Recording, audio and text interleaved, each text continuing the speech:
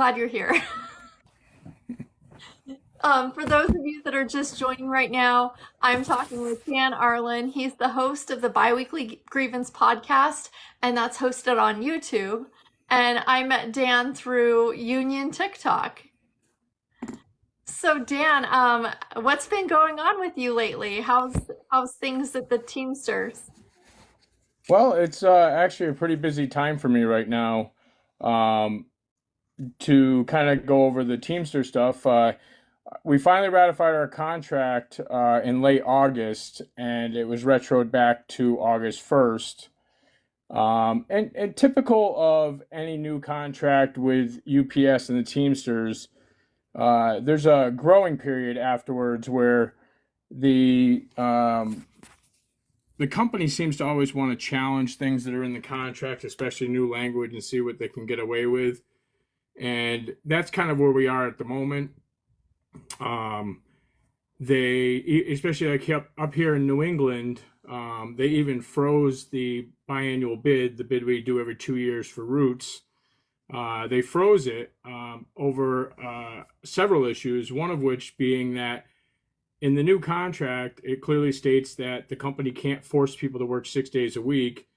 And also, based on their seniority, a certain segment of drivers can't be forced to work Tuesday through Saturday. They're guaranteed a Monday through Friday schedule. Well, in the contract, we eliminated a position called the 22.4, which just happens to be where it sits in the contract, Article 22, Section 4. And that language was erased because the position was erased, but it also took away the limit of how many routes they could put on Tuesday through Saturday. So the bids come up, and the company moved a whole slew of routes to Tuesday through Saturday. And what's happening is when it's going through the bids, the Monday through Friday routes have been taken up, and now you have guys that aren't supposed to be forced Tuesday through Saturday, being left with choices of Tuesday through Saturday routes.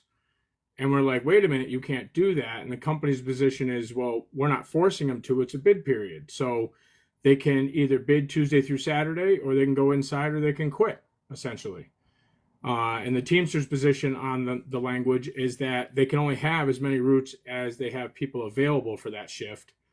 So it's part of a growing period of a new contract, working through the language and trying to determine, getting a ruling on it, or probably end up going to arbitration. So there's a lot going on with the contract. It is wild just how turbulent that kind of time period from, the start of negotiations all the way through probably the first like 6 to 10 months or to a year after ratifying a contract. Yeah, it's a gamemanship kind of. It's unfortunate because it affects people's lives, but it never fails. And another thing that it's gamemanship. It's magic. I haven't put out a show in a couple of months, and I'll get into that in a minute. But I am working on a show that I'm hoping to put out in the next few days about UPS magic, the kind of black magic that nobody wants to talk about. Since the contract, UPS has played these magical tricks of trying to get an illusion of, hey, look over here, but don't look over here to what I'm doing. They put out a press release that there was going to be 12,000 layoffs at UPS, and indicating that a lot of that had to do with our new contract. But then, trying to ease everybody's minds and saying, well, it's going to be mostly management and contractors. But the truth of the matter is that anytime UPS is coming up on a new contract, customers get nervous, so volume drops because they bail ship so that they, if we happen to end up on strike, they don't suffer. So they end up using other competitors. So that's historically, we always see a little bit of a drop going into a contract year. But historically, that also comes back pretty quickly. But in this case, the timing of it also falls into Carol Tomei's vision of better, not bigger, smaller, more profitable, and then they quickly changed the term to better and bolder. And what all that really means is Carol Toomey has a vision of a much smaller UPS where we're a smaller company, but we're more profitable. And I'm getting into my show, so I don't ruin my show. But I will say, like a part of that is um, they want to overcharge small mom and pop shippers, people that ship a couple packages a day. They want to overcharge them to the point where they bail ship and go to FedEx or post office or whatever. They want to really cater to our larger shippers, shippers that ship hundreds of packages a day. And what that does is it lessens the number of drivers they need, because let's say an average route has 15 pickups and they pick up, say, 2,000 pieces. Well, if they could knock that down to less than 10 pickups and only lose 400 or 500 pieces, that's less time on the road. And then we're making more money per package because it condenses it, and we're making less stops, which shortens the driver's day, cuts some overhead, but those packages are worth more. So in the end, they and a lot of this layoff stuff that they're talking about in that hocus pocus press release that they put out. Look over here, see what we're doing. They act like 12,000 people are being laid off, and all that really is happening in that particular scenario is that, like any company, when you have a new contract, or periodically, even if you're a non-union shop, they do a reorg, right? Mm-hmm. They look at things like, we got 5 people doing this particular job, but we only really need 2 of them, right? So what they've done is, the reason why it's mostly management in that particular scenario is that they've decided that we can cut all these management staffs and still run our company efficiently. So it's more of a reorg than a layoff. But unfortunately, a reorg does create layoffs, which in turn makes more profit because they're tightening the belt, cutting the overhead, and putting out similar profits.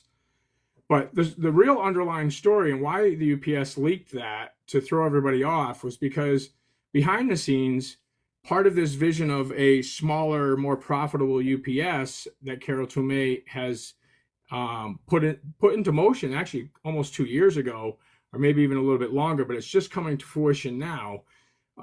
She's blaming this all on the new contract, but her new vision is the truth. And what they've done is they've cut a lot of major sorts, like some buildings in my area, Chelmsford and Worcester and Providence. They were running 24-hour sorts, and a lot of them have lost 1 or 2 of their sorts. And then all across the country, like in Philly, I think there was 2 buildings. They just completely closed 2 entire buildings. So they're trying to mainstream the process a little bit. They've reorged a lot of it, but they've also, in the process, and there isn't a lot of coverage on this because UPS doesn't want the public to hear it, but we're also losing a ton of jobs on the union side. When you shut a building or cut a sort, there is language for people to bump, but in the long run, it does mean less union jobs. And there really isn't a reason for it because UPS is one of the most corporate greed. Yeah, absolutely. I mean, UPS is one of the most profitable companies in the United States, and they don't need to do what they're doing. Yes, you do want to reorg to a degree, but in a contract in this contract, and I think I have the numbers right, but I could be off a little bit, but something like over the course of these 5 years, 2023 to 2028, UPS promised to fill 12,500 open positions that they currently had at the time of the signing of the contract. They were going to fill those positions, as well as they promised us 7,500 new jobs. So over the course of this 5-year contract, they have promised the Teamsters 20,000 positions.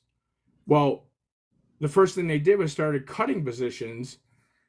So that's it's not necessarily a contract violation because it's too soon to call it that. But in the end, it kind of is, because are we going to get those 20,000 plus all the layoffs they have now? Or are they going to bring those guys back when the volume picks up a little bit and count those towards the 20,000 jobs that they promised us? So they're just playing this game, and so there's a lot going on, especially at the UPS Teamsters side of stuff. Was there any language in the contract that said when they had to have those jobs filled or hired by? Yeah, I mean, I don't specifically know the language. I feel like most of it was, later in the contract. That's why it's not necessarily a contract with a violation at the moment. But Oh, it looks like we lost him. Maybe getting a phone call. That occasionally happens. hello? Hi there. Were you Oh, were you getting a phone call? oh, no, I my phone did something because but anyways, so yeah, so the they're just playing games with it, and the language does say that most of it's towards the end of the contract. That's why it's not really a violation yet. But there'll be a lot of questions as to what happens down the road, because UPS is going to try to use this as, oh, we're hurting for volume, and oh, profits are down, and they'll try to play all these games to try to justify why they won't fill those jobs. But the same thing happened in 1997 when UPS went on strike. The last time they went on strike, there was a ton of jobs promised to the union over the course of that contract, and they never fulfilled them. And it ended up going to federal arbitration. And I was actually a product of that because I happened to be coming out of the military in 2000, right around the ruling from the federal arbitrator that ordered UPS to fill, I believe it was 10,000 new jobs that they never filled in that contract. So they had a massive hiring right at the time as I was coming out of the military. And even though I had no dreams of working for UPS, that's where I landed, and I've been there for the last 24 years. That's awesome. Like yesterday, I was speaking at an engagement that was celebrating women in organized labor, and I said that when I got my job, I didn't know how special it was until I went to my union orientation, and that's when I realized like I had a job that I could actually work and retire from, that it was a career. Is that the sense that you got when you started working at UPS? Yeah, I mean, when I went into the military because my ambition was to be a police officer, and being a military person gives you kind of a leg up in Massachusetts when it comes to becoming a police officer. So that was my initial, but when first getting out of the service, I was just looking for any job, to be honest with you. And then as the years went on, and it's because of civil service and the way they process and hire people in Massachusetts, it's a process to become a police officer. So that never came to fruition, and it came to a point where I was kissing 10 years at UPS, and I just said, you know what, I'm just not willing to start over. I'm 10 years into a career with a job that has a pension, good pay, good benefits. I like the people who I work for. I really enjoy the customer interaction. I delivered packages for 19 years. In the last 5 years, I've been driving tractor trailer for UPS. So I really love the job. But over the course of my time at UPS, I became very frustrated with the company as to the way they treated the people who were making them all these profits. I mean, it's so bizarre. I mean, you talk to anybody outside of UPS, and a lot of people have a hard time believing some of the stories we tell them about what happens at UPS. They're like, there's no way that happens. I'm like, you don't have to believe me. Talk to any UPS person; they'll tell you the same stories. It's insane the way they treat us for the people who make them all their money. Yeah. And so I became more involved in fighting for workers' rights. And before I even knew it, I think I was already a union activist. But the more I got into it and the more I started going to trainings, and it became affiliated with TDU, Teamsters for Democratic Union. They're a great organization.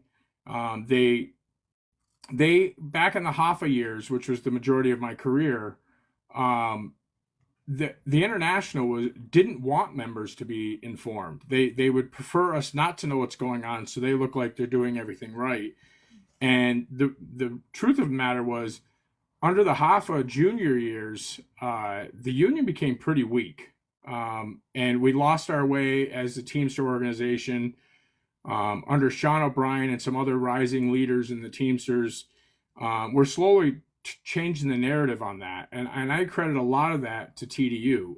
They stood by Sean O'Brien to get him elected. Any member of the Teamsters, whether you're part of TDU or not. You can always go check out the TDU website, and there's all kinds of literature and information. It's where I learned 90% of what I know today. And I ended up connecting with some real knowledgeable Teamsters across the entire United States, and just kept feeding my hunger. And some of my frustration fell within my local. I have a pretty small local of about 1,400 members. 700 of them are typical about UPS, and about 700 are other companies. We represent construction services, some police departments, some dispatchers. We have a wide range in the other 700. So I became frustrated in my local, and in 2021, I announced and ran for president of my local, because I really felt like it could make a change. It's not that the people running our local are bad people or anything. They're kind of what we call old guard at the Teamsters, and they're not as aggressive as I think they could be or should be. I feel like the companies take advantage of that. So I feel like it's time for some new blood and a new direction for my local. So I ran in 2021, and I lost by 41 votes to the incumbents, which was very disconcerting. But a lot of that had to do with the fact that typical voting, only about 20% of our membership bothered to vote in that election. I think had we had more participation, I would have probably won that election, but I can't say that for certain. But Yeah. the members are. We Yeah, have a go ahead. couple comments. We have Yeah. Maricel Garcia. She is the president of the Arizona Education Association. She's in here, and she says hello, and that she's pumping you up, saying that we only win when we have unbreakable solidarity, and there are more of us than them. That was a comment when we were talking about what the company is doing against you guys. And then your Mhm. union brother says, shout out to Teamsters, the masters of practice picket. Yeah, and the thing is that how I said that the narrative is slowly moving the needle. In my 24 years as a Teamster, this last contract go around, starting in August of 22, all the way up till August of 23 when we got our new contract, it was energy like I've never seen before in the Teamsters. It was incredible. It was driven a lot by our new leadership in Sean O'Brien and Fred Zuckerman. They, joined forces with likes of Bernie Sanders and Sarah Nelson from the airline industries, and Sean Fain from the UAW. I mean, we've had some, and the practice pickets were, at least in my local, where they didn't do a lot of rallies and stuff over the 24 years. To see that practice picket and having as many of my local people being involved and seeing that energy, it changed people. I'm telling you, people are hungry for that stuff right now. And I think that's only going to benefit me in the upcoming election, because even some of my biggest detractors from the previous election, because everybody has detractors, they've even said to me that they're pretty excited that I'm running, because our members are not being taken care of at the moment. I think the philosophy that our local uses with the company isn't working. So just this last, in January on Martin Luther King weekend, I announced my second run for president of my local. The election happens in the fall of this year, 2024. I'm excited to get my campaign off the ground. I feel like I'm going to be even more organized this time. My affiliation with TDU, not that I'm not trying to say that they endorse me, anything like that, but just being involved with that organization and learning how to run a campaign and learning about how important phone banking and reaching out, keeping the members engaged. I felt like I did a lot of it, but I didn't do the phone banking. But I think phone banking would have put me over the top last time. Yeah, So I'm pretty excited about this. does your local host regular union meetings? So they have meetings, and that's one of my campaign talking points is they have meetings on the third Sunday of every month, and they tend to suspend summer meetings in June, July, and August. So they have 9 meetings a year. They're poorly attended.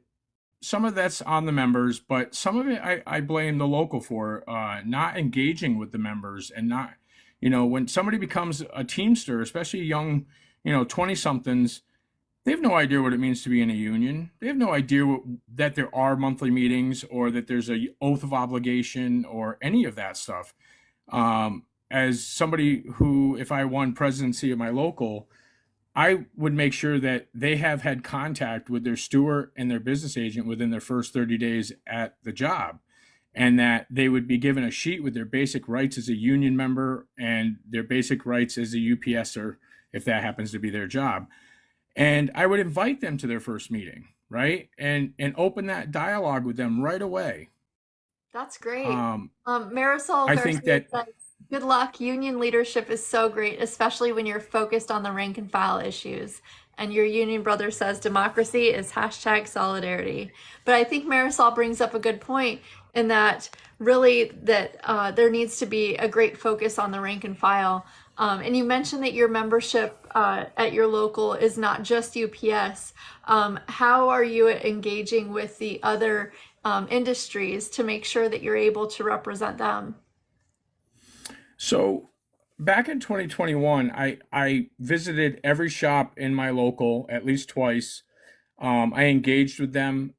Unfortunately, one of the things that I have to really work harder on this time too is the other half of our local that's not UPS feels alienated because for nearly the last 20 years, the majority and at times the entire executive board of my local have been UPS people. So they kind of feel left out. I did try to get them, but they were so far apathetic that they didn't really engage with me. And um, whether I am successful during my campaign run or when I become president, I will make sure that they understand that they have an equal say in our union. And, just because they aren't UPS and just because UPS is the biggest portion of Teamsters nationally and locally, doesn't make their membership of the local any less than any other member in the local. Yeah, that's great because everybody gets one vote, you know. Hmm. So yeah, it is important to reach out to people and maybe even encourage them to run for other positions within the local and get more involved in that way so that And they can see the representation they want to see. absolutely, and one of the things is I want to make meetings more for the members, meaning I don't want to just go over the numbers or go over grievances or the boring or less attractive stuff that gets people to meetings. I really want to use that one meeting a month to engage with the members, teach them their basic rights, make sure that every member understands what their wine garden rights are, making sure that every member has a copy of the contract that they belong to, and if they have any questions on it, helping them through it. I also want to make sure that the meeting is accessible to as many people as possible. One of the things that I've listened to members talk about is that they have families and they work so many hours at home that and work so many hours that their home life is affected. So they've asked for more accessibility. So two things that I've come up with is there's other locals across the country that I've learned with my interaction and networking is that there are a lot of locals that have their meetings accessible to a webinar, right? Through Zoom meetings or whatever. So I would like to extend that because our local represents an entire half a state. We represent the entire Western Mass community, which is a large area with a lot of trees. That's why we have less members, but such a large area. So members that live like 2 hours away are not going to drive down for a 1 hour meeting. So if I could make it accessible for members on Zoom or some sort of other where we could verify who was on, I would love to allow them access that way. The second thing that I've also proposed is I would like to have some help through either spouses of Teamsters or whatever to even have a room where you could bring your kids to the meeting, right? They can come with you and they can go sit in the other room and have an activity or and during the summer months, play outside. We'll have activities for them so that the members don't feel like they're taking time away from their families because their kids are going to be like, hey, Dad, when's the next union meeting? I want to go. Remember we did that fun stuff last month? So I want to make the hall more family friendly. And once you get members to the meetings and become more engaged, I think that it's an easier process to convert the local and get members engaged. Yes, Marisol says that they do leadership calls twice a month on Zoom, and they've been doing Zoom since 2018 when they had their Red for Ed teachers walkout. And she totally encourages you making room for kids. And yesterday, when we were at that women's event, I was talking about how when my local organized or started organizing, I was in middle school. And whoever's going to be our next leader for our union is probably in middle school right now, like advocating for longer recesses and trying to figure out why things are done the way they are and challenging those things. And it's great if we can make room for the children, that have union families so that they can see what union is before they even enter the workforce. So what's really funny about that, and where a lot of my ideas come from, is I am a single dad to a 10-year-old boy, and he absolutely loves to participate in my union functions. He has walked at least a dozen strike lines with me. He's out there running up and down with the Teamster flag. He loves being out there. We have matching Teamster polos that we wear when we go to this stuff. He absolutely loves it, and he I realized how important, as a single dad, in order to be involved in my union, I needed to make him part of that process. And so the first way to get members engaged is to make the hall more family friendly with, instead of suspending June, July, and August meetings. Granted, there's a lot of people on vacation. You may not have a quorum for a meeting, but if we use June and July to have, like, say, an antique car show in the parking lot at the union, right? Now the entire family can come to the hall. They can check out the cars. We can throw some burgers on the grill. We can, and when you make it more of a community and the whole family feels invited, it makes it that much easier to get your members involved and engaged in these larger gatherings. And it changes the entire perspective for everybody involved. And then they'll be more comfortable to tell you things that they see working, things that they need in order to care for their families better so that you can represent them better. That's just such a great idea all around.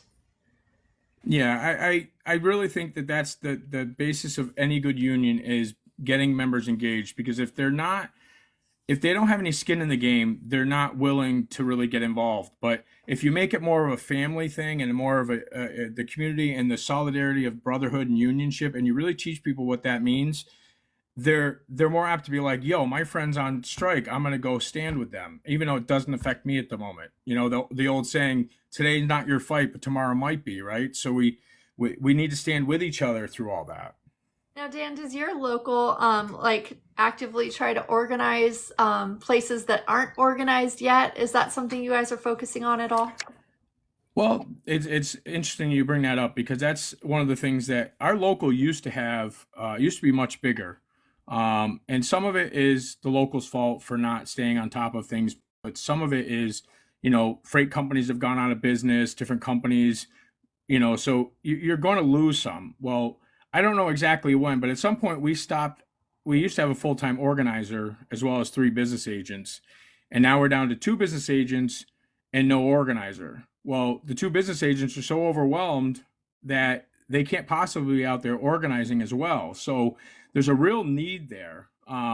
That's something I hope to restore, because if you're not taking on new membership, eventually you're going to get washed up or absorbed by other locals, because it's just not worth running a local if you keep dwindling in numbers. So, And with we have a, where it is, where union density is, we have a great opportunity to start organizing workplaces. People are so in favor of joining a union, but they don't know how. I was right. talking And on live with a lady who does gig work, and all the commenters were like, "She needs Teamsters because they drive for Uber Eats." yeah, I mean, right now the labor movement has been on fire the last couple of years. There's been some significant movement in the labor. Mhm. I think Biden could do more for unions, but he definitely has done a lot, reversing some of Trump's policies towards union. And one of the biggest ones, which is currently affecting me immensely, is he replaced Trump's appointee to the National Labor Relations Board. Mhm. right? And a lot of the rulings during that time affected some big cases. Rob Atkinson from the Teamsters, he's been on termination for 10 years now, and that started way back. And under the new NLRB appointee for Biden, he ended up recently winning his job back with full back pay for 10 years. He's currently an organizer for the IBT, That's and I think amazing. that it's Like, amazing. Like, that's you need incredible to say that stuff. again. He got back pay for 10 years. Yeah, I mean, they're in negotiations as to what that will be, but the remedy for his recent ruling, which happened in November, I believe it was November, was that he was to be reinstated with full back pay. And of course, UPS doesn't want him back because that's a huge black eye for them.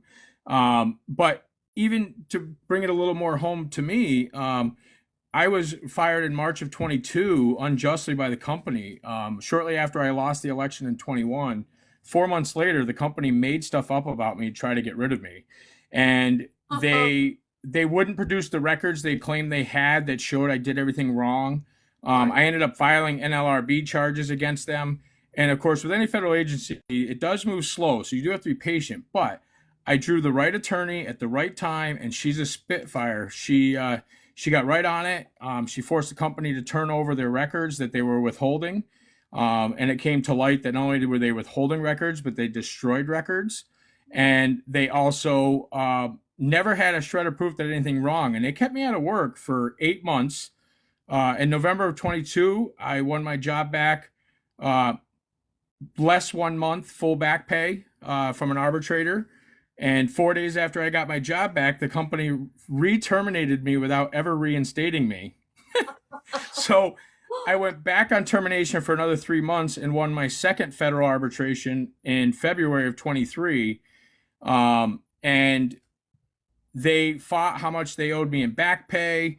They didn't want to pay all the remedies. They made deductions that they shouldn't have under the NLRB and the Department of Labor. Make whole and says that they can deduct interim income, but they can't deduct social services like unemployment and workman's comp. It also says to make whole that they must pay all overtime, bonuses, pay raises, everything. Well, UPS wanted to pay me a straight 40 hours, which at UPS, where we work a ton of overtime, that was a huge hit to my back pay, as well as they completely deducted my entire unemployment that I received while I was out of work, cutting me even farther. Well, all be done late September of 23. The NLRB formally charged the company for what they did to me during that time frame, Good. and that is scheduled to go to NLRB trial on April 1st coming up. So, uh, I'm looking forward to my day in court and proving that not only did the company it's already been proven that they wrongfully terminated me, but the NLRB case could potentially have some big um, implications across the country for Teamsters because of the pay issues that it's going to address. Yeah. Your union brother says, damn, that shit is badass. This is what a union is all about. And a lot of people are probably thinking like, wow, how can a company be so stupid to do all of this when they know that it's illegal? But this is actually very common for big companies. They have a whole like, oh, grieve it attitude, so sue me kind of thing. And they do things that are illegal all the time, just knowing that a lot of times people aren't going to have the perseverance to pursue to file with the NLRB or file EEOC charges or whatever it Right. is. I mean, Rob Atkinson is to have that kind of fortitude and keeping your head straight. I mean, he never let up. 10 years this guy fought for his job and won it back. And the problem with companies like UPS, right? And this is where my area of knowledge is. UPS is such a numbers driven company that they have people sitting down that literally say, okay, well, we can break this portion of the contract as much as we want because by breaking it, it saves us this much money. And as long as grievances, and that's why, there's a big push by Sean O'Brien and Rob Atkinson and the International to enforce the current contract that we just got. Because if it costs them less to pay the grievances, then they're saving by breaking the contract. They'll just keep paying the grievances because it's still more profits for them. Right. So until we make that grievance process so expensive for the company, they're never going to stop breaking the contract. Hmm. Now, remind me that guy's name again that was fired and has been fighting for 10 years. Rob Atkinson. I feel like this is something that should be like all over the news. And I'm I surprised. covered his story on, if you guys check out my show, the Biweekly Grievance podcast on YouTube, I did a whole episode in early December on Rob Atkinson's story. There was his case. What happened was very similar to mine. It was he ran for office in his local. Shortly after he ran for office, he was terminated by the company on some junked up charges. His story is a little more brutal than mine in the sense that his own local worked against him. The three members of union that sat on his panel were also the same people that negotiated the contract, and Rob had started a vote no movement on that portion of the contract. And so you got the people who came up with that contract sitting judging him, and his own union brothers voted against him, and that's how he lost his job. Was that his own union siblings, because they were offended that he was pushing a vote no movement on something they worked on, and his own principal officer, Betty Rose Fisher, she's still in office, and I'm not sure why. She's a rat. She told the company to look into Rob and tried to get Rob on stuff that he wasn't guilty of, thank God. But there was emails that came out through the NLRB process that showed his own principal officer was working with the company to try to get rid of him. And initially he lost, and he appealed to the Philadelphia Circuit of Appeals, and it was eventually post-Trump and in the Biden years was referred back to the NLRB for further look at, because the court said that there was definitely some issues with his with the process that was taken. And it took all that time, but finally in November of 23, Rob Atkinson got a letter in the mail. He didn't even know that it was coming up. Like had been stale for so long that he didn't even know. And all of a sudden he gets a notice that he won, and 10 years of back pay. And so they're in negotiations trying to figure out what's going to happen with that. But it's a monumental win to fight that long and that hard. And I wouldn't be surprised if he finds time to file charges against the people that were supposed to be representing him. Well, I think when you're a union person, there's been times I definitely could have filed NLRB charges against my own local as well. When I'm a firm believer in trying to keep your union sibling fighting in house. Yeah. And to Rob's testament, he never pushed that button, and he very well could have. Mm-hmm. He chose to go after the company because that's how he was getting his job back. He never went after his local or his principal officer. He should have and could have, but I as a person with a similar mindset, I think, if he were to file charges in-house, that'd be one thing, but to go through the NLRB on that, a lot of us don't agree with that, just because that makes your own union look bad.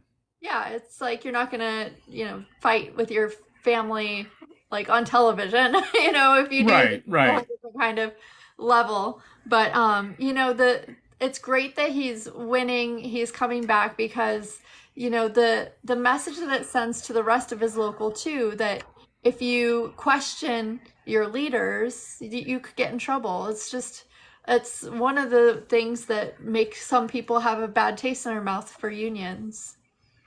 Yeah, definitely. And that's kind of my goal with my run for office is I want to reestablish that to the members that they're the ones that hold the power.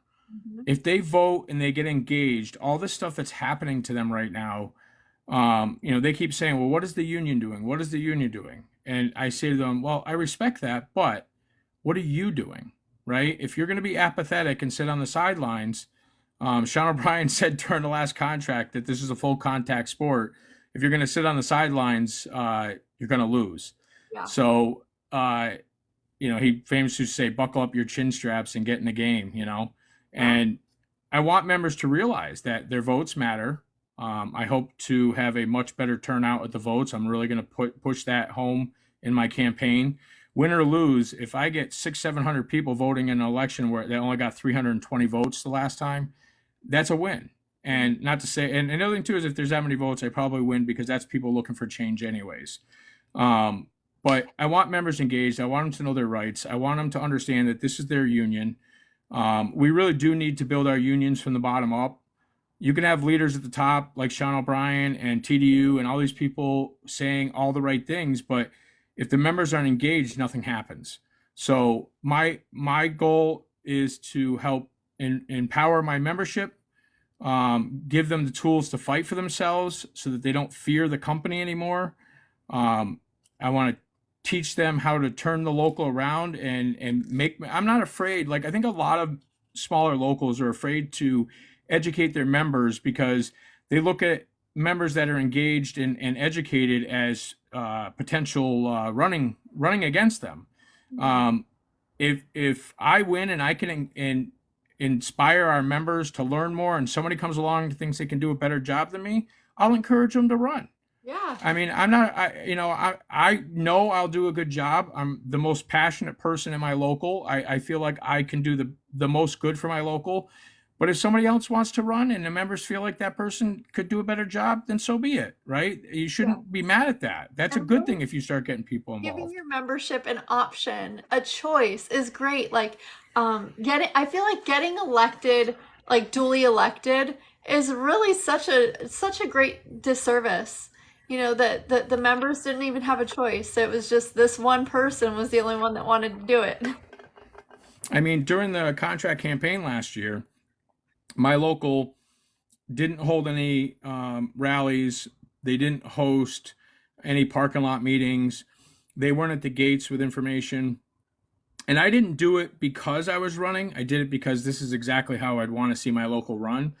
I spent the entire contract season out in the UPS parking lot, almost weekly, handing out flyers, handing out information, informing them about upcoming webinars with Sean O'Brien or contract updates.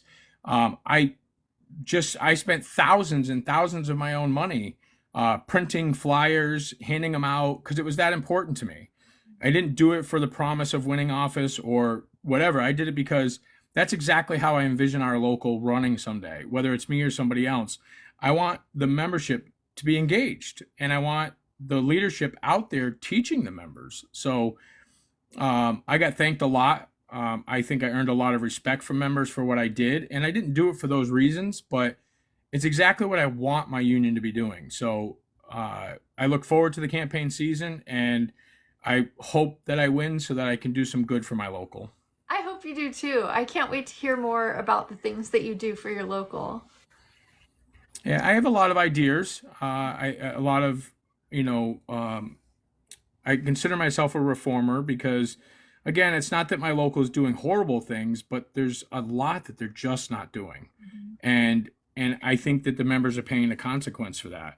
And you know, I'm going to meet you in person for the first time at Labor Notes in April. Yes. I encourage people like if you are from a local that doesn't teach their membership, especially if you're a Teamster, you should join Teamsters for Democratic Union. If you're not a Teamster, or even the Teamsters that are part of TDU, I also highly encourage you to get involved in Labor Notes. Both organizations hold webinars, and I've learned so much from them, and they're such a valuable resource that for all the members that say that their local doesn't teach them anything, you kind of have to take the initiative yourself. And I'm actually very happy to be helping. There's going to be a New England TDU conference coming up. Nice. Not just the one in Chicago. Actually, a couple weeks before Labor Notes. So New England Teamsters, TDU is going to be hosting a conference April 7th in Rhode Island. I will post it on my page and I can forward it to you. You can post it as well. There's a link for that. And a couple of things happening in the Teamster I'd just like to mention because they're current things is 420 Teamsters down in Fort Worth, Texas, part of Molson Coors. I've been on strike since February 17th. And typical corporation, they're just not negotiating good faith. with these members to the point where the Teamsters are encouraging a boycott on Molson Coors products. Anybody that goes to my Facebook page, Danny M. Arlin II, I've posted those types of beers that we're asking people to boycott at the moment. Lots going on out in California with Lindsay Doherty, the Secretary Treasurer, Principal Officer of 399 Teamsters. She had a lot to do with the Teamsters in the movie industry over the where they almost went on strike, and currently they are the motion picture division. All the people behind the scenes, Teamsters and likewise, all their contracts are coming up very shortly, and it's a very active thing. So it's a good thing to stay involved and know what's going on when you have the ability to go to support some of these things. Even like Amazon, right? Teamsters are desperately trying to organize Amazon because of the deplorable conditions there. Absolutely. I'm in Massachusetts. I can't go to the strike line out in California.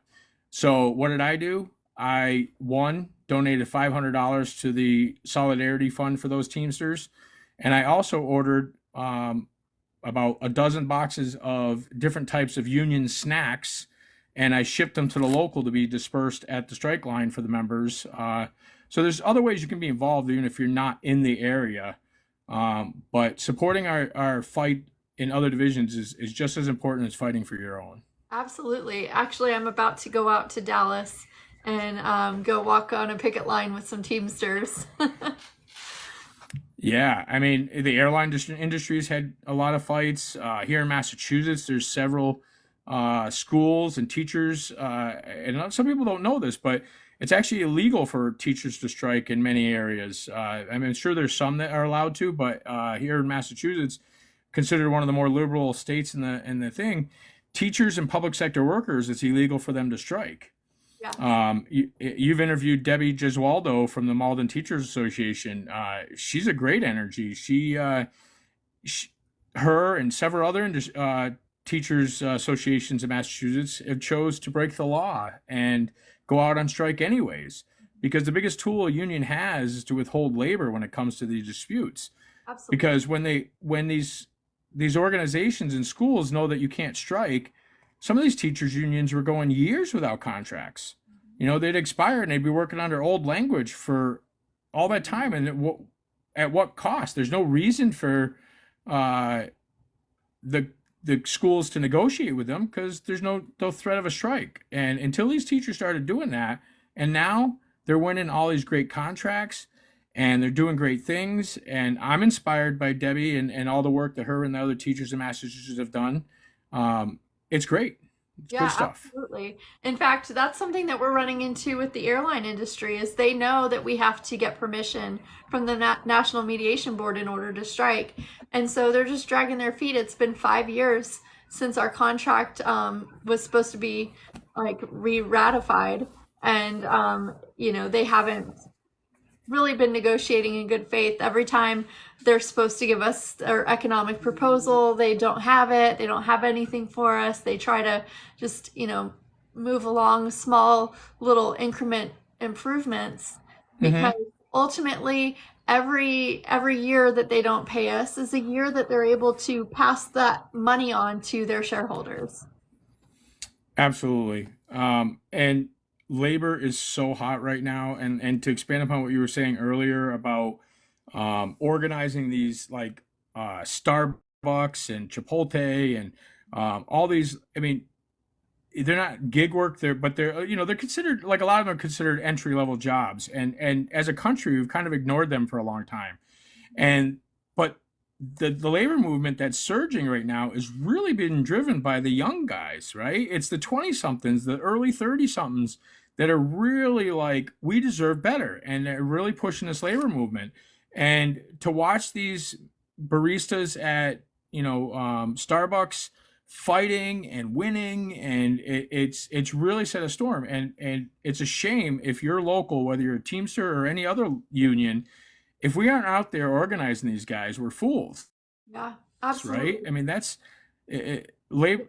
Yeah, unions survive by growing the membership, and no job is too small, no job is too big. I wish that you had seen the interview I did with Amy Blackwell. She drives for Uber Eats and like she does dog walking. She's a comedian. She does all like gig work. And we talked Hmm. about some of the dangers that she faces on the job, some of the ways that her companies have been, taking advantage of her pay. Each driver only gets $2 for each delivery on Uber Eats. And so Yeah, they're it's really insane. relying on the tips. And, if they're also by design not able to communicate with each other as gig workers for an organization, Hmm. so they're extremely hard to organize. But I feel like after seeing Starbucks baristas do this in a job that tends to be high turnover, so very hard to organize, they're doing it. Absolutely. It makes me feel like we can do this. We We can get absolutely can do this. And I've was really inspired by Sean Fain and the UAW because they took such a hard line that right after they settled the UAW contracts, even the non-union car companies like Toyota gave their employees like a 30% raise because that all those non-union car companies were watching what was going on, right? organized And and when they shaking. yeah, and when they saw all the money that they were getting and the things that were being guaranteed, right? So like I have this argument at least 3 or 4 times a year with people who say, "Oh, unions are useless. They pay into them, blah blah blah," right? And I say to them, "Okay, so you have a non-union job. Yep. Do you get vacation? Yep. Do you get sick time? Yep. Do you get personal time? Yep. Do you get 8-hour work days instead of 12? Do you get weekends off?" They're like, "Yeah, why?" Every one of those rights is because of a union, period. I can prove each and every one of those. The unions fought for this stuff because employers, let's face it, they're any good business model. You want to try to have the cheapest labor possible and make the most profits. I get it. But when you get to the point where you got your CEO of Amazon going to outer space and you got people working for him that can't even have a home and are living in shelters, it's disgusting, right?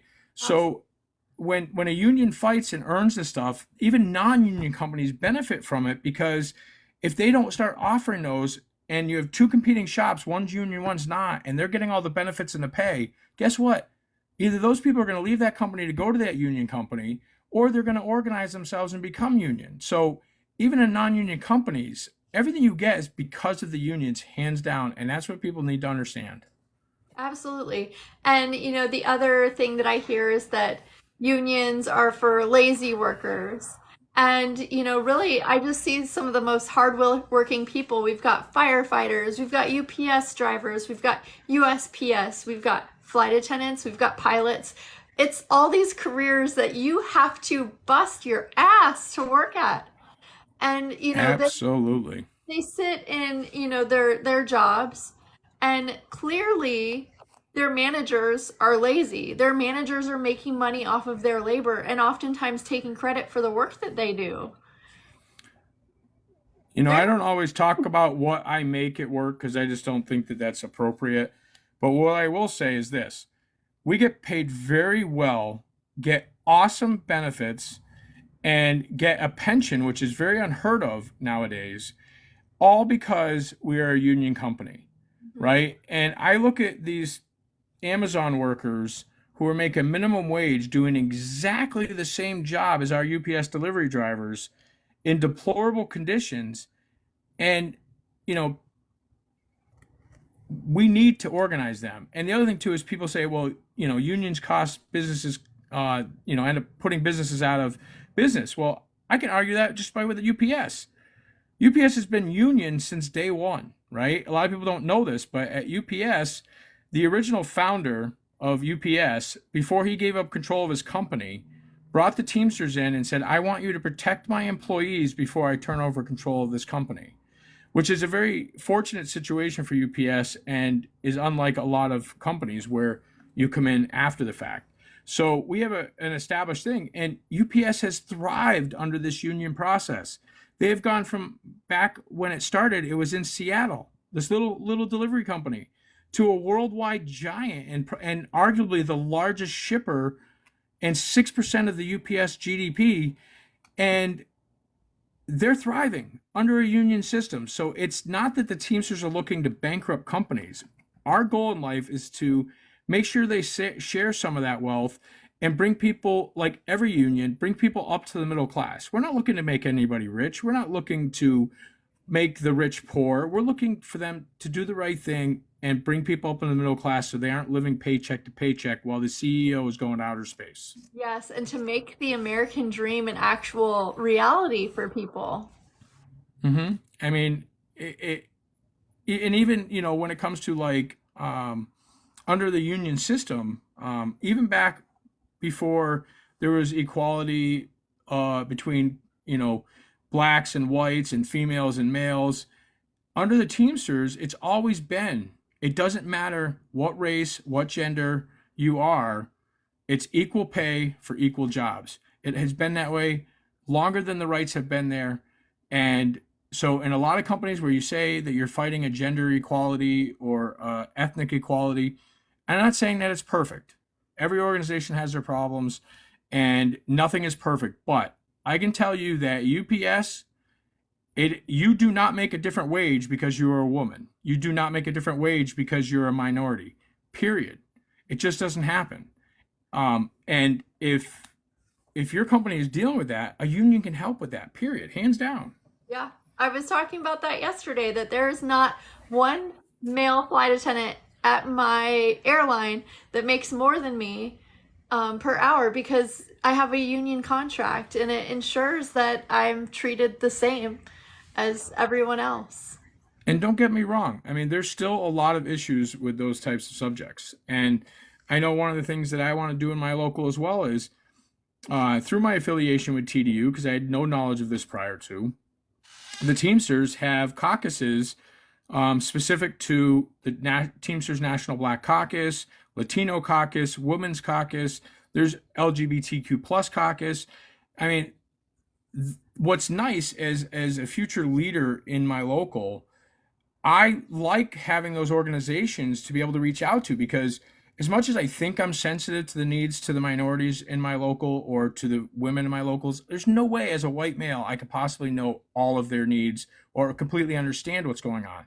But having those organizations, you can reach out to them and say, hey, listen, I'm having a problem and this is what's going on. I think you could give me some information. And that's a wealth of knowledge that could instantly be in my hands if I needed to defend a particular member. So the other thing that I want to do for my local is I want to start a chapter for these, right? Like my local doesn't have any of those. I want to have a local black caucus. I want to have a women's caucus, because then that gives me a wealth of knowledge in my local so that when those issues come up, I can first tell the member, hey, I have a support group for you. Go talk to these people, become a member of the LGBTQ caucus or whatever their particular need is. But also that I have that wealth of knowledge right in my local to help me fight these issues, because we can't do it alone. And I want all the knowledge I can possibly have. And unions won't be able to do it without every group, every person, however they identify, to be involved in making decisions for their careers in their union. Absolutely. So I saw that Sean O'Brien was in the news recently, and it's election time, so it's all about elections. Mm-hmm. Sean Fain took a very bold stance and said that Donald Trump is a scab, that he is a traitor, and that so clearly he's riding with Biden. Mm-hmm. Now, Sean O'Brien has not taken that stance yet, and I really appreciate both of them for the way that they're approaching it, because it's what's Mm-hmm. best for the union. But Sean with Teamsters said, we need to talk amongst ourselves first, and really all that we care about is that we're going to have politicians that we endorse that are going to support what we're focused on. And do you find that what is the process for how the Teamsters decide where to throw their power with their votes? So I think what Sean's approach, Sean O'Brien, Teamsters' approach is, for far too long, the Teamsters and a lot of unions have just thrown their support behind the Democratic candidates. which is funny because years ago it was the Republican Party that was pro-union, and over the years it kind of flipped over to the Democrats. But the problem is that there's so many special interest groups out there and lobbyists and things that even the Democratic Party isn't doing the unions a lot of favors.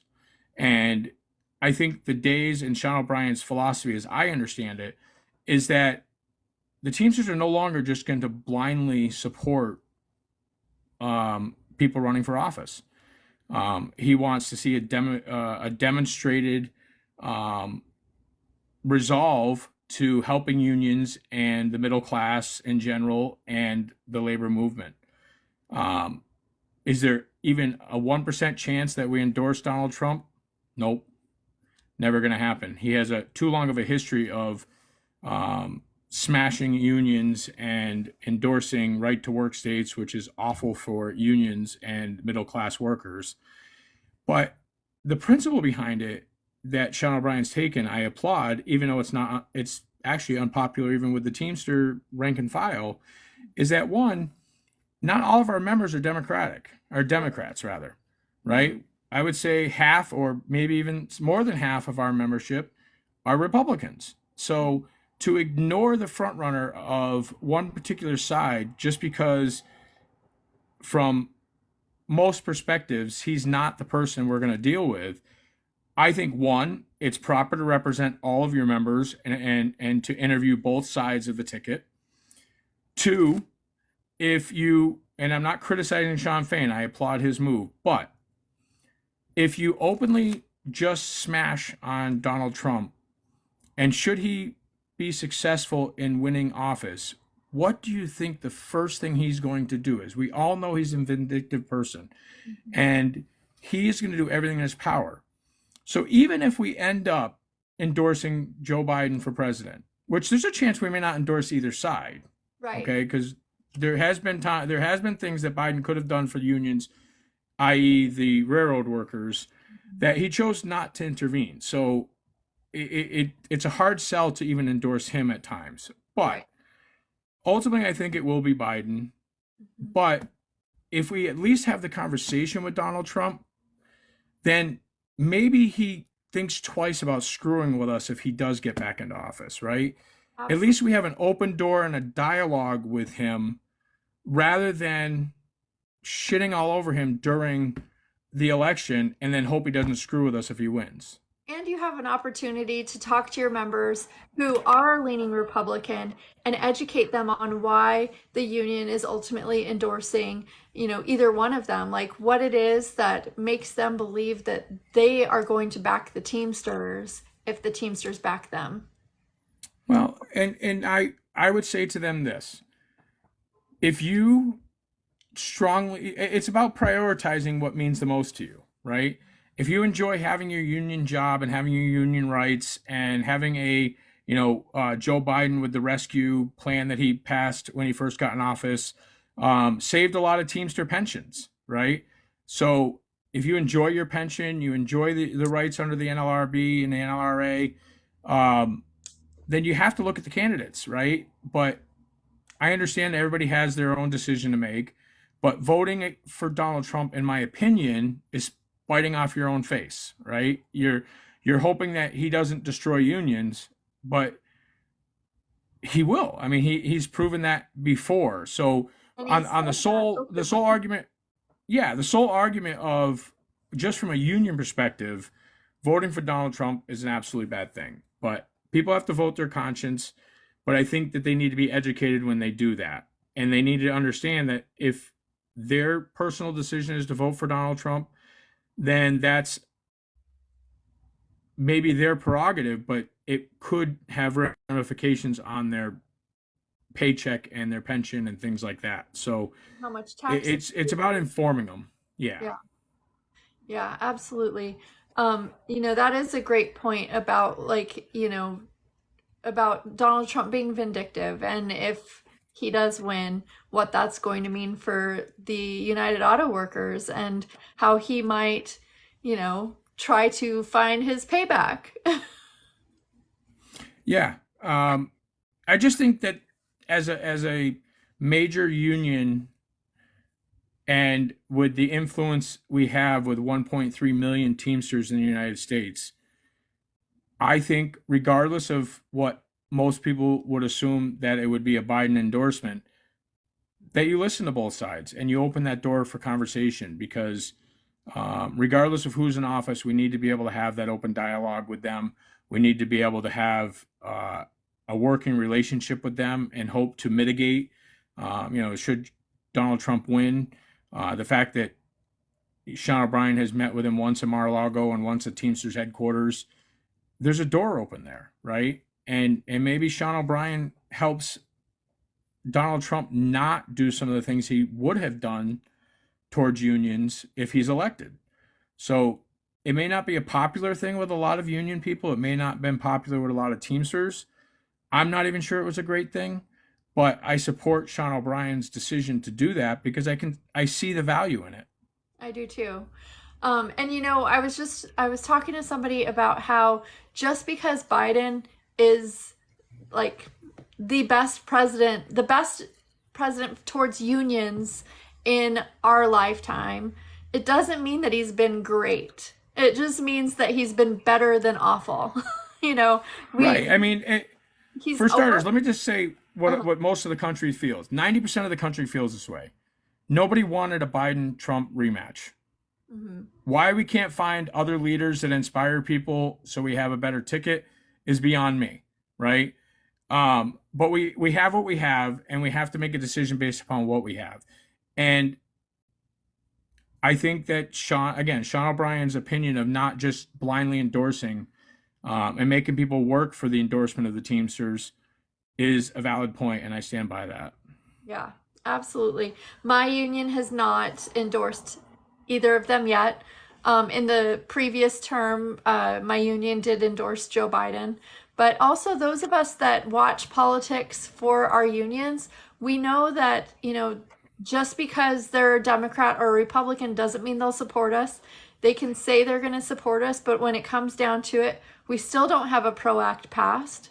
We still don't have a FAA reauthorization bill that's been passed. But very quickly, they were able to figure out that they wanted to ban TikTok. And I think a lot of American people right now are tuning in and getting more frustrated seeing the way that government works. What's really funny about that whole perspective is that, our own government spies on us left and right. And not to, start a whole conspiracy thing on this, but they blindly look at everything we do all the time without warrants. But yeah, all of a sudden we're worried about the Chinese looking over our shoulders, which, yes, I agree. We want to protect the American public, but it's not like our federal government doesn't do it also. Right. And, I think that Jeff Jackson from North Carolina is rightfully getting dragged on TikTok right now because, he made that post saying, I don't think TikTok's going to get banned. And then people had to find out by looking at the voting record. He didn't even own up to it that he voted to ban it. And then he deleted that video after getting dragged and then made a new video saying, okay, I understand why you're upset, but I know stuff that you don't know. And, he's talking about the threat of an adversarial government having our information. But what he fails to recognize is that many of us look at our own government as an adversarial government because they do so much to keep us down. Yes. And, that's a whole other topic. But yes, there's definitely some irony in that whole TikTok ban. And, some of the same people who voted, like you just pointed out, that individual voting to ban it, but yet have TikTok accounts that they do all their chatting on. So it's an interesting, and I will definitely be watching to see what happens with that whole thing because, yes, protecting the American public, yes, but don't be two-faced and say that China shouldn't do it, but yet our own government does it. Right, and we never actually saw anything really come about from the Russian interference with Facebook. They kind of just Right. let that thing ride out and, people stop talking about it. Then Russia attacks Ukraine. So there's definitely been a whole lot of look over here and then get stuff passed through, try to get through special interests, and make sure that those people paying their bills are happy. Absolutely. So like, do you expect that unions are going to finally like start working together in a way that we could have a political labor party? Do you think that's something that we'll see in our lifetime? That's so hard to say, because any third party has had trouble historically ever gaining traction. Um, I think the chance of an actual thriving third party that's more labor organized, no, I don't. I don't think personally think that that can ever really come to fruition. But I think what could happen is if all unions bound together and truly endorsed candidates, regardless of their party affiliation, based upon solely their voting records towards unions and held them more accountable, I think that one party or the other will truly become a union labor party, right? And I mean, all signs point that that probably would be more the Democrats than the Republicans, but I think the Democrats have lost their way in supporting unions and just assumed that because Democrats are seen as the union's friend, that they're blindly getting endorsed. So I think what Sean's doing, and I think if a lot of labor, you guys have yet to endorse, maybe you guys are doing the same thing. Maybe you guys are waiting for some sort of sign from Joe Biden that he's going to do something extra special for us in this election, because the middle class, regardless of whether they're union or not, uh, if we all vote, we control what happens. So we need to start holding these politicians accountable to the middle class. And, it's funny, you go overseas and these billionaires are paying 40, 50% tax on their wealth. And in the United States, a lot of them pay nothing. Yeah. And that's because of our form of government and allowing the lobbyists and all the super PACs putting money into politicians, that even if they truly wanted to vote for a union, because they're financially backed by all these corporations and greedy people and billionaires, that they end up voting against the middle class because that's how they got elected. Now you're bringing up PACs, and the really interesting thing is PACs are how you and I met. It is exactly how we met. I caught your TikTok about PACs and their affiliation, and you brought up a good point during our discussions in one of your, I believe it was when you were on my show, about the fact that the using the PACs to get stuff passed as law means less that we have to negotiate in our contract, right? And one of the examples you brought up was safety on airplanes. Well, if they make it a law that they can't bring guns and knives on the plane, then you guys don't have to negotiate that they can't bring guns and knives on planes, right? So, I mean, that was such a great basic example, but it really can be, So when I learned about PACs, I found out that the Teamsters have one called Drive, Democrat, Republican, Independent Voter Education, and it's called Drive. And I make a weekly donation now. I encourage people to do the same, because those political PACs is how we even that process a little bit. And trust me, the union political PACs are very small compared to the corporate giant PACs that support these candidates. But there's influence. It does move the needle. And getting even some laws here and there passed that protect the middle class or a particular labor is important. So yeah, political PACs is definitely a thing that people should be aware of. And if your union has one, I highly encourage you to donate. Absolutely, because a lot of people don't realize, they think that unions support certain candidates, but none of our dues money can go there.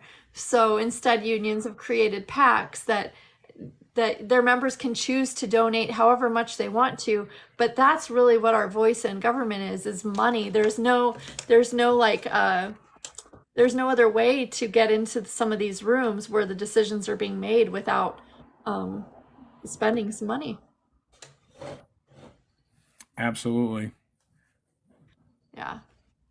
Well, Dan, I do want to be aware of your time because we've been on for a little over an hour now. Are you still good to stay on for a little bit or? Yeah, I could do a few more minutes. Yeah, Okay, definitely. awesome. So I do want to find out a little bit about what you have in store for your podcast going forward. You said you hadn't posted for a bit.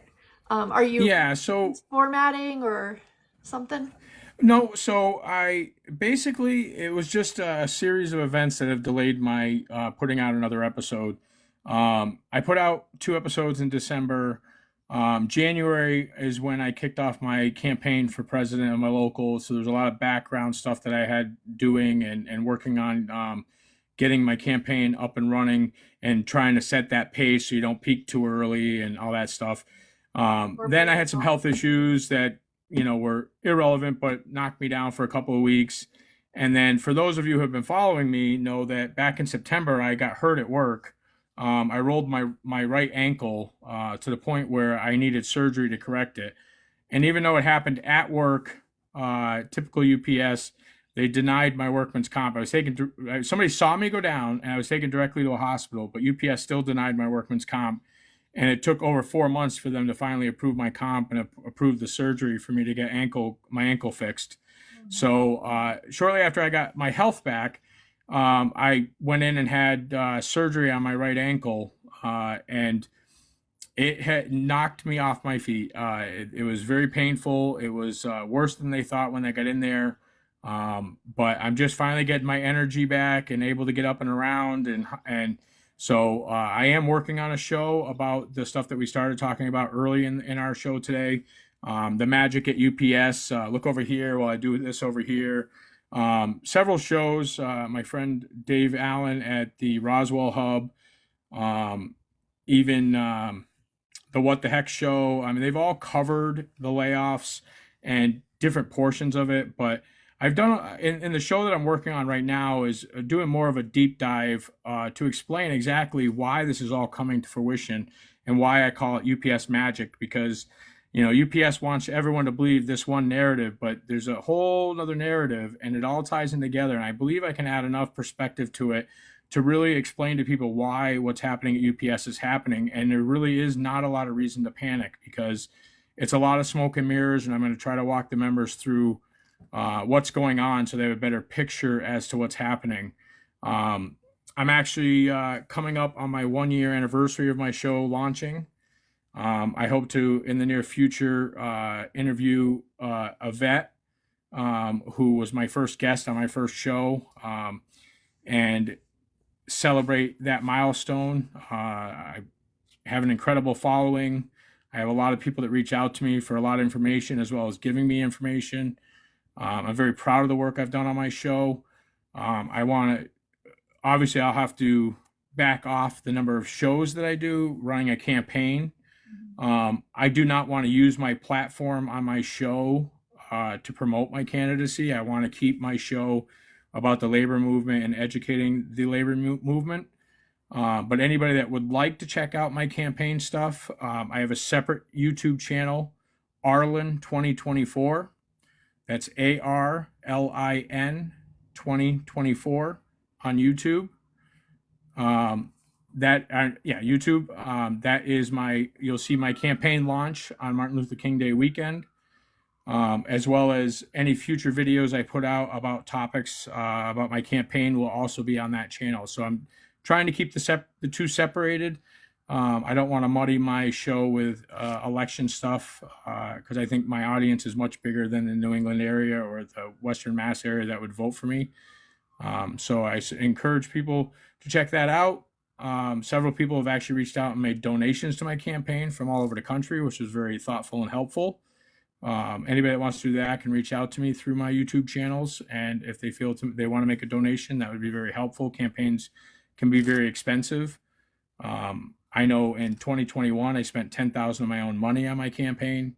So it's not an easy venture. I will do it because I believe in it enough. But obviously, any help I can get would obviously be much appreciated. Yeah, and anybody that's not following Dan should do so. I would really love it if we could get you over 1,000 so that you can go live, go on camera, and so that you can post a link tree with links to the different things that you're working on, and different things that. Yeah, for whatever reason, I chose to base most of my stuff on YouTube because people don't need to be members to view the content. Like some stuff is some people do Facebook stuff, but then you have to have a profile and everything in order to view the content. So that's why I chose YouTube, is because that allowed people to view my content without being members, which made some people feel better. Some people don't want social media accounts. And if I But could, and I probably would have focused on YouTube as well. Also because it's easier to share. Like this live that we're doing right now can only be shared through TikTok. And the only way people can see any of it is if I go through the process of editing the live stream afterwards and pulling clips. And a lot of times that's a glitchy process as well. absolutely. Yeah. Yeah, I'm not anti TikTok. I like doing TikTok videos. As a matter of fact, in every episode of my biweekly grievance, I open with a TikTok that I make, right? So I take the topic of the show, hence what I did for our show with you, and I took different clips of you and all the stuff that you've done, and I made a nice TikTok, and that's how my shows open, is using that. But the content's still on YouTube, so that's where I tend to base even my links that I post to the show on Facebook and the other platforms are always the link to my YouTube, so they're always viewing it through YouTube. That's awesome. And that's great too that you're doing the campaign through YouTube as well. Are people able to reach out to you through your campaign channel? Is it a separate Yeah, channel? Okay. yeah. So if they go to Arlin 2024, they obviously they can comment on videos or reach out to me through that.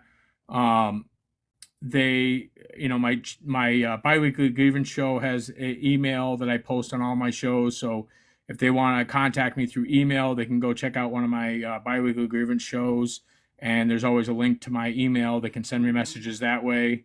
um, I will share my phone number with anybody. I will share my email address with anybody. I'm always willing to help out and be involved. So Now, what do you think the future will be for your show if you are elected to president of your local? Are you going to be able to still do both? I believe so. I think that's a personal choice. I think if I continue doing it, which is my hope, is obviously I want to make sure that I'm fulfilling my commitments to my job and to my local. But I think part of that commitment is to continue my educating people, and I can encourage my members to check out the show for certain topics, right? If you know, sometimes business agents or principal officers get busy with something and somebody calls them up and say, hey, somebody mentioned wine garden rights to me and I don't know what it is. Can you explain that to me? You know what? I'm just about to go into a meeting. I don't have time to chat, but if you go on my show, there's a show called Wine Garden Rights. It explains it all in detail. I mean, it's just another resource, right? So I hope that I still am able to do that. Obviously, I will not do that at the peril of my new job should I be elected. But that is my goal, is to keep it going. My intent when I started the show was, hence the name Biweekly Grievance, was to do 2 shows a month, one every other week. As we got into the UPS contract, it kind of took a head of steam, and I was doing a lot more shows than that, sometimes even weekly. Then I took a little bit of time off after the contract because I was a little overwhelmed and needed a break. And then I went back. So yeah, my intention is to do a show approximately every 2 weeks, and keep the content coming, because I do know that people appreciate it. I get a lot of very heartwarming messages from people about the content that I put out. So I'm very happy to keep doing that. Yeah, absolutely. I appreciate it. I appreciate because it's perspective that I don't have. And, I like to promote working class solidarity and just a love of unionism. And the only way I can do that is to learn from other people's experiences and to find out everything I can about other unions and locals and how it works for people. Hmm. So I really appreciate that you offer that. Yeah, I try to find a fair compromise, right? I mean, um, some shows don't like to get into the nitty gritty on stuff. They like Dave Allen's show has a purpose. He the Roswell Hub. He does a very good job of tackling specific issues that pertain to UPS drivers, and he tries to do it in a very clever way to get the information out in about a 15 to 20-minute video, and it keeps people's attentions, and it's fantastic content. He chooses not to get into, some of the other topics that may or may not bode well for our union, right? Then you have the What the Heck show by Victor in New York, and he calls himself the boss of the business, and there is absolutely no holds barred. He does a live show. He says whatever he wants. He lets people come on, say whatever they want. Sometimes I disagree with what's being said because sometimes it's inaccurate, but that's the chance you take when you have a live show, right? Not to say that I'm sorry, I said Victor before. It's Hector.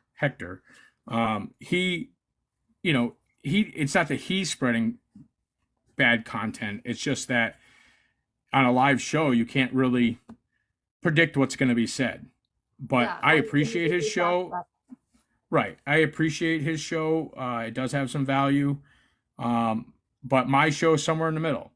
I choose to pre-tape my show because I like to verify my facts. I like to clean it up a little bit, not because I'm changing what the content is, or he's accused me of, what do you call it?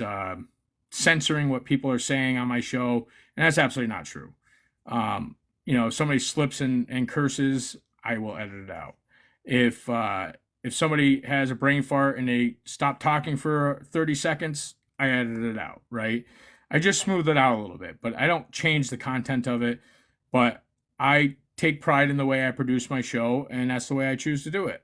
But Well, we I all had have a great value. time when I was on your show, and I didn't feel like anything was a misrepresentation. I thought you did a great job editing, and it definitely, I feel like if anybody's not used to talking with the media or talking on film, they're going to find comfort in that you're going to be able to edit out their and blank Right. stare while they Hey, collect their listen, thoughts.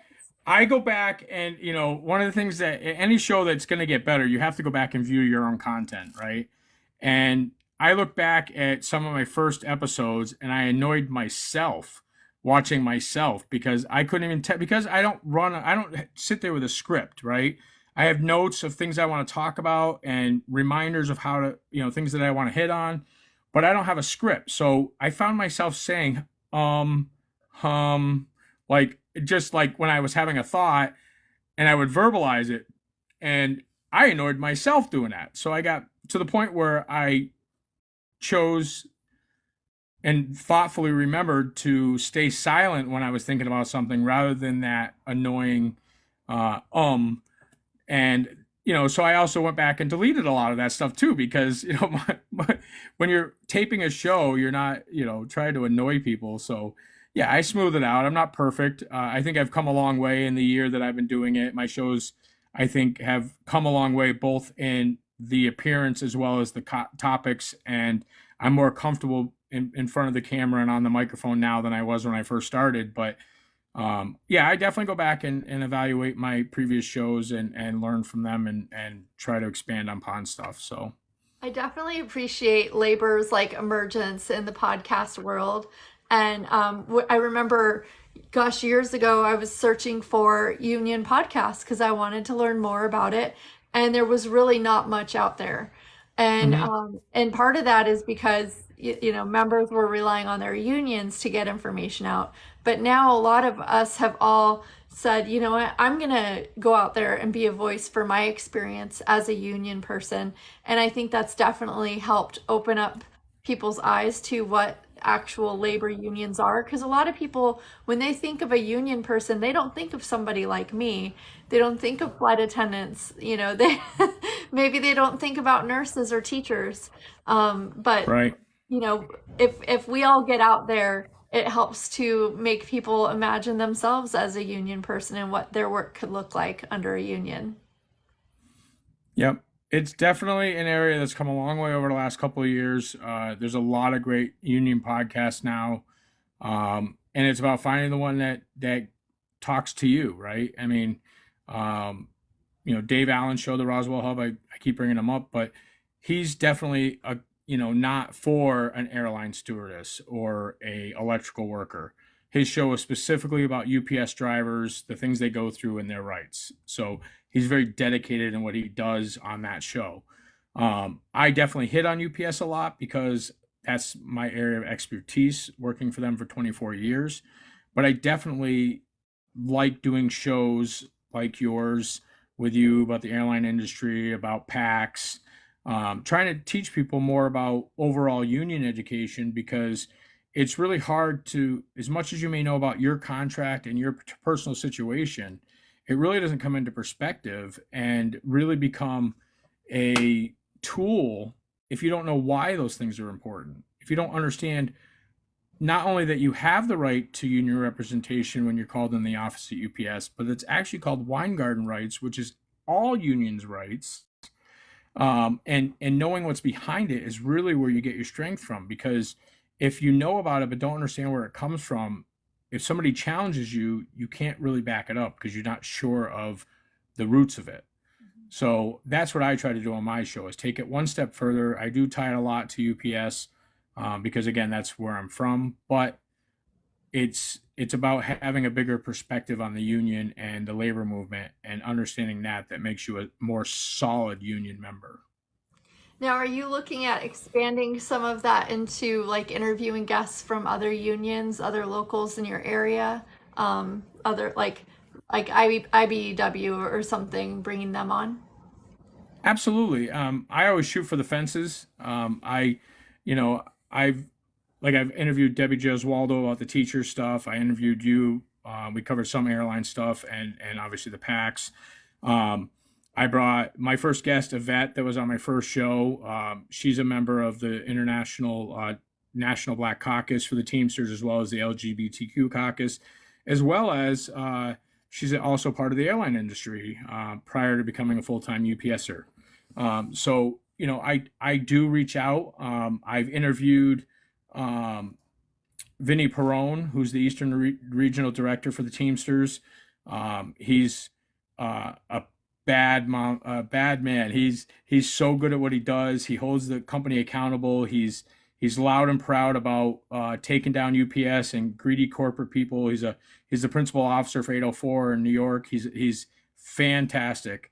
I also was able to interview the head of the Amazon division for the IBT when the Teamsters on California were on strike and they extended their picket line to New England.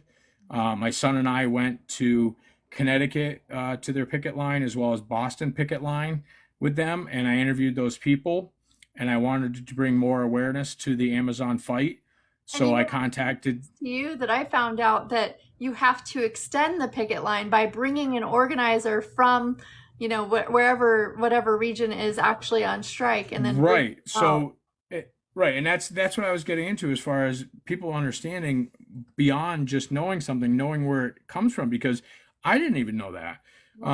Just because an Amazon facility in California is on strike, you can't just arbitrarily go stand in front of an Amazon facility to support those people, right? That's illegal. That facility is not part of that strike. But if they, which is what they did, they flew out members of that local from California to these areas, and then we could go support them. And that's what made those strike lines legal at those non-union facilities. And it was a powerful thing to see. But I wanted to get more stories out. So I reached out to the IBT and asked to interview somebody higher up, and they actually granted me an interview with the head of the Amazon division. And there's a whole episode with him. It was a great episode, and he was able to give us some real perspective on UPS, or excuse me, the Teamsters' goal and fight to help the Amazon workers brought up to the middle class, no longer paying them minimum wage and getting them fair contracts so they're treated like human beings. Awesome. Yeah, they've got the richest employer in the world, and they're not making enough to survive. Randy Corrigan, that runs the Amazon division for the Teamsters, he was so eloquent and so articulate about explaining how that fight at Amazon is so important. They're a threat to the middle class because of the way that those people are treated. And I think that a lot So of corporations see that they're also a threat to a lot of businesses all around the world with how they've been able to expand and, basically do all of what they're doing without having storefronts. absolutely. Yeah.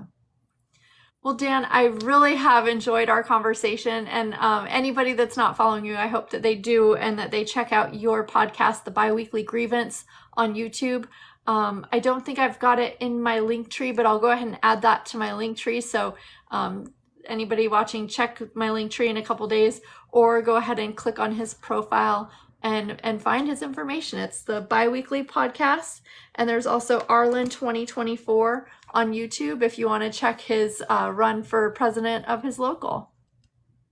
Thank you so much for having me on. It was a pleasure to talk to you again, and I can't wait to meet you in person at Labor Notes. I know, I'm so excited. See you there. All right. Thank you for your time. Thank you. Bye bye. Bye.